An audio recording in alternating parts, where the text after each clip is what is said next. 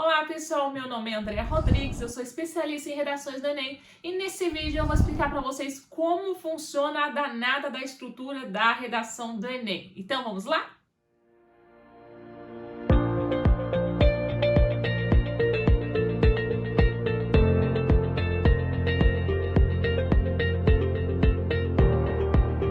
Primeiramente, você precisa saber que a estrutura da redação do Enem, ela nem sempre foi assim, como você já deve ter visto, que é um parágrafo de introdução, dois de argumento, um de conclusão. Na verdade, a estrutura da redação do Enem, ela deve seguir a estrutura do gênero dissertativo argumentativo, que você pode colocar lá só um argumento, só um parágrafo de argumento, você pode colocar 3 parágrafos de argumento. É claro que a introdução sempre vai se manter como um parágrafo para ela e a conclusão sempre se mantém como um parágrafo. Não teria muita lógica você fazer 2 para cada uma. Mas na argumentação, a maioria das vezes era um parágrafo. Se você buscar aquelas redações nota 1000 de 2015, lá dos anos bolinha, você vai ver que tem um parágrafo de argumento, 3. Até aí, algum pouco tempo atrás, eu vi uma redação nota 1000 com 3 parágrafos de argumento, tá? Só que o que tem se mantido é essa estrutura, ela ficou padronizada. Por quê? Porque os professores dos cursinhos ensinam da mesma forma e aí meio que vai se padronizando. Então o que eu estou dizendo para vocês é que a quantidade de parágrafos ficou padronizada. Então você tem um parágrafo de introdução e 2 parágrafos para argumento e 1 para conclusão, totalizando 4 parágrafos, certo?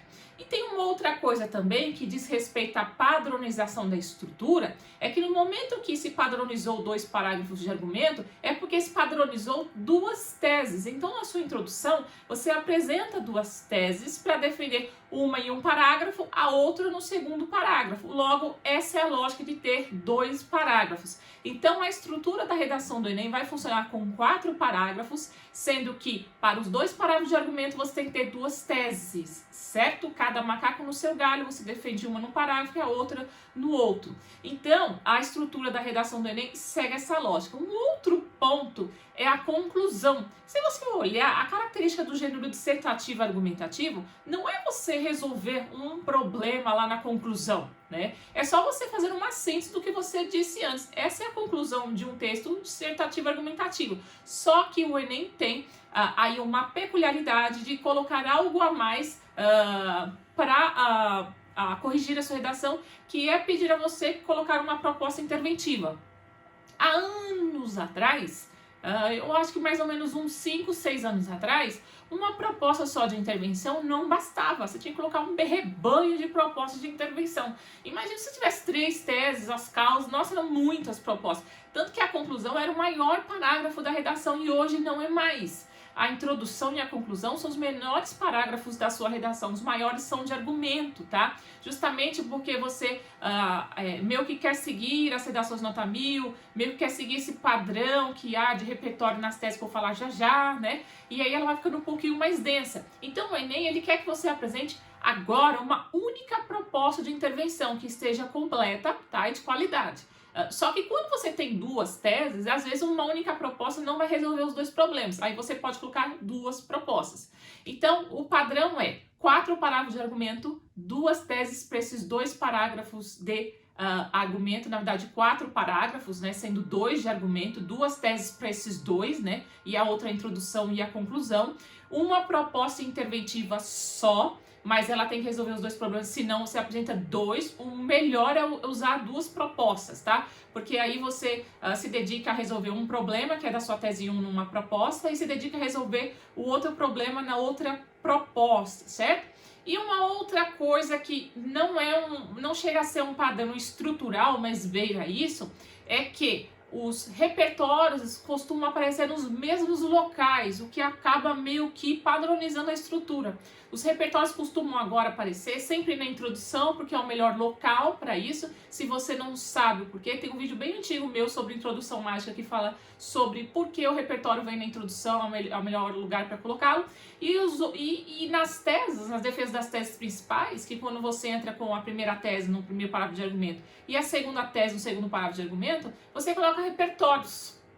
Repertórios socioculturais, para você que não sabe, é você usar a fala de uma outra pessoa, a obra de outra pessoa, usar qualquer informação histérica, histérica, gente, eu que estou ficando histérica, qualquer informação externa, tá?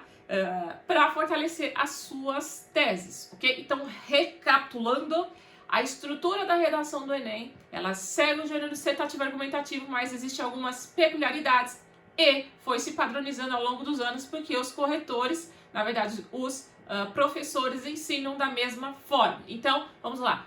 4 parágrafos, sendo um de introdução, 2 de argumento. Cada parágrafo de argumento é para uma tese que você defende. No caso, tem 2 teses, 2 parágrafos de argumento. E o último de conclusão.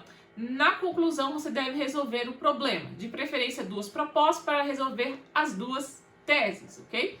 E você tem os melhores locais para colocar os repertórios, que seria na introdução, no primeiro parágrafo de argumento na defesa da sua tese e no segundo parágrafo de argumento na defesa da sua outra tese, ok? Então é assim que funciona a estrutura da redação do Enem. Já ouviu falar daquela expressão, o time que está ganhando não se mexe? Se você reparar, as redações nota 1000 seguem essa estrutura. Então não tente aí ser original ou sair fora da caixa, porque a redação do Enem não se trata de ser original e sair fora da caixinha. Se trata de você seguir a manada, mas sobretudo os critérios avaliativos, certo? É isso aí então, pessoal. Agora eu tenho certeza que vocês já entenderam como funciona a estrutura da redação do Enem e vocês vão seguir essa estrutura direitinho.